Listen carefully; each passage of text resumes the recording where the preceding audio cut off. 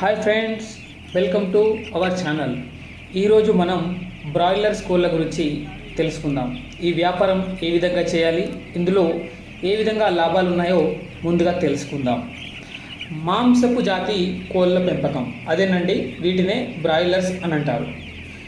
ఈ జాతి కోళ్ళు అతి త్వరగా పెరిగి తిన్న మేతను సులువుగా మాంసంగా మారుస్తాయి.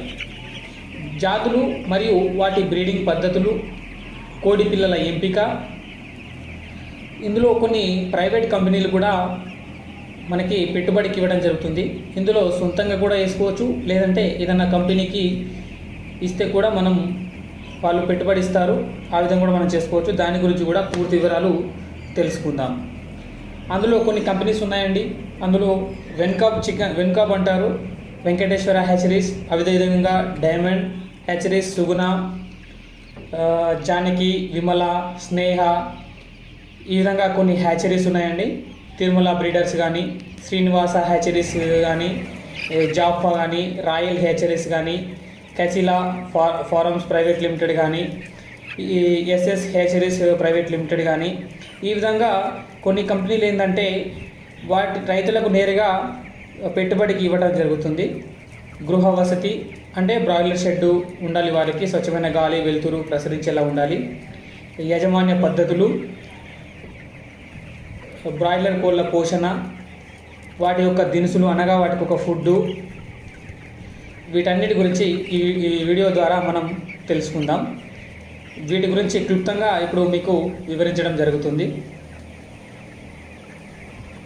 వాటికి ఎటువంటి డిసీజ్ రావడం జరుగుతుంది, వాడాల్సిన మందులు ఏమిటి, వాటన్నిటి గురించి ఈ వీడియో ద్వారా మనం తెలుసుకుందాం. పూర్తిగా ఈ వీడియోలో మీకు చూపించడం జరుగుతుంది. మాంసపు జాతి కోళ్ళ పెంపకం. మాంసపు జాతి కోళ్ళను బ్రాయిలర్స్ అంటారు. ఈ జాతి కోళ్ళు అతి త్వరగా పెరిగి తిన్న మేతను సులువుగా మాంసంగా మారుస్తాయి. బ్రాయిలర్స్ మాంసం అతి రుచిగాను మృదువుగాను ఉంటుంది. బ్రాయిలర్ మాంసంలో ఎక్కువ మాంసకృతులు, 22 నుంచి 25% తక్కువ శక్తి, 150 కిలో క్యాలరీల 100 గ్రామ్స్ ఉంటుంది. బ్రాయిలర్ కోళ్ళు తిన్న మేతను ఎక్కువ భాగం మాంసంగా మార్చి 6 వారాల్లో 2 కిలోల పైగా బరువు తూగే విధంగా శాస్త్రీయంగా రూపొందించబడ్డాయి. వీటి యజమాన్య పద్ధతులు సాధారణంగా గుడ్ల జాతి వాటిని పోలినప్పటికీ ఇవి కేవలం 5 లేక 6 వారాల వయసులో విక్రయించడానికి సిద్ధంగా ఉంటాయి. జాతులు మరియు వాటి బ్రీడింగ్ పద్ధతులు గురించి చూస్తే ఈ విధంగా ఇక్కడ వాటి యొక్క జాతుల గురించి ఇవ్వటం జరిగింది.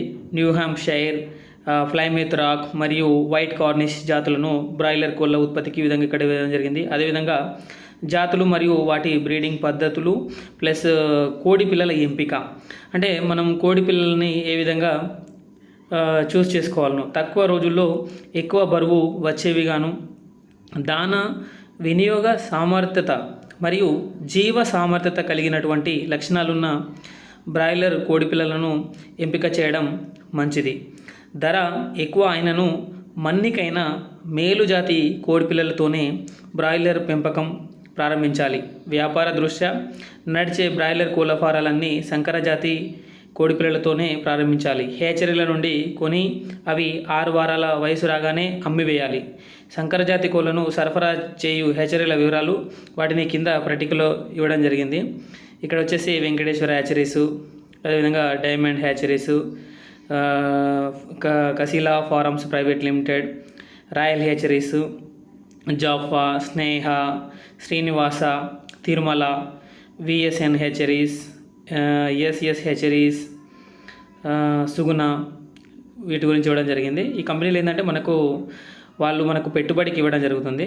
షెడ్డు మనది, వర్క్ మనది, పూర్తి పెట్టుబడి కంపెనీ ఇవ్వడం జరుగుతుంది.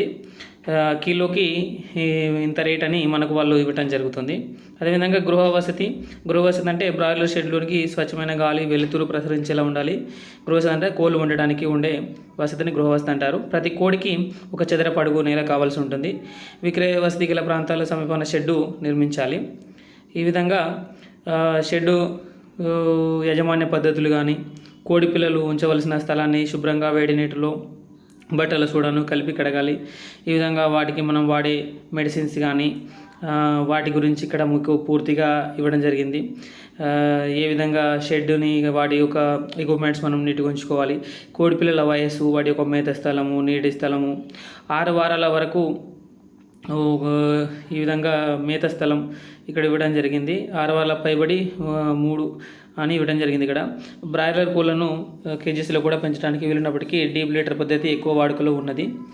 ఆ విధంగా బ్రాయిలర్ కోళ్ళ పోషణ, ముఖ్యంగా బ్రాయిలర్ కోళ్ళ పెంపకంలో 70 నుంచి 75% ఖర్చు మేతకి అవుతుందన్నమాట. ఈ విధంగా కోళ్ళ పెంపకం అనేది ఈ విధంగా జరుగుతుంది.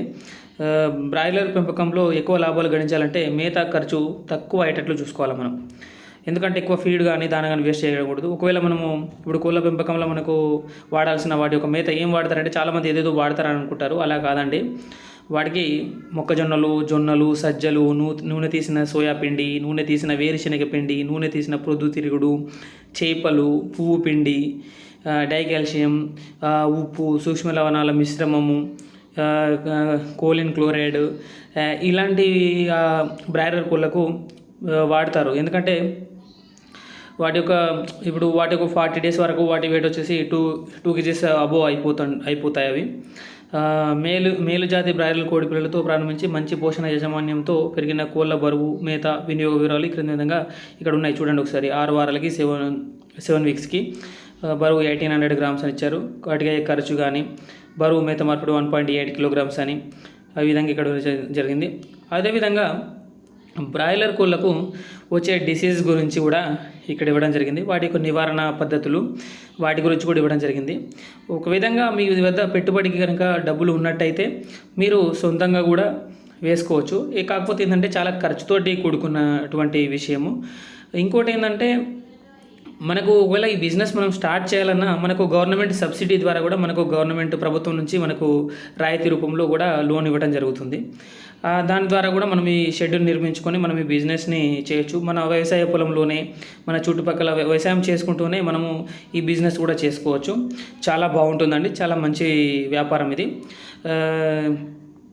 ఎందుకంటే ఒక విధంగా మనం వ్యవసాయం చేస్తూ ఇటు ఆ బిజినెస్ స్టార్ట్ చేస్తే ఏంటంటే 40 డేస్లో మనకి ఒక బ్యాచ్ వెళ్ళిపోతుంది. ఇక్కడ వాటి గురించి కూడా మనము బ్రాయిలర్ పెంపకంలో ఆదాయ వ్యయ పట్టిక, వాటికి అయ్యే ఖర్చు, ప్రారంభపు పెట్టుబడి కూడా ఇక్కడ ఇవ్వడం జరిగింది. చూడండి.